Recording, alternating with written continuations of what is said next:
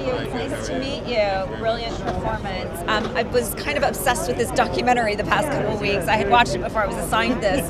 And someone in the documentary described Jack Abramoff as being a little bit too smart for his own good. How would you agree with that? I know that you met him. That's such a boring line. Say that about anybody. I don't know what that has to do with Jack Abramoff. I think Abramoff was a very complex character who was caught up in a culture.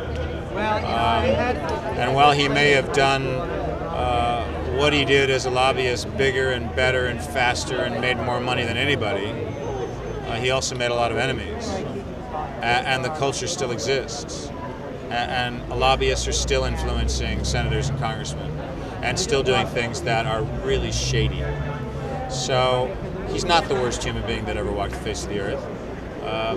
And I found him to be a very fascinating character to try to get under and unearth. Because a lot of what was written about him was just horseshit. But I know you didn't read a lot about that before you met him. I didn't read anything about him until after I'd met him. So what surprised you most about him, if anything? His faith. He's extremely dedicated to his family.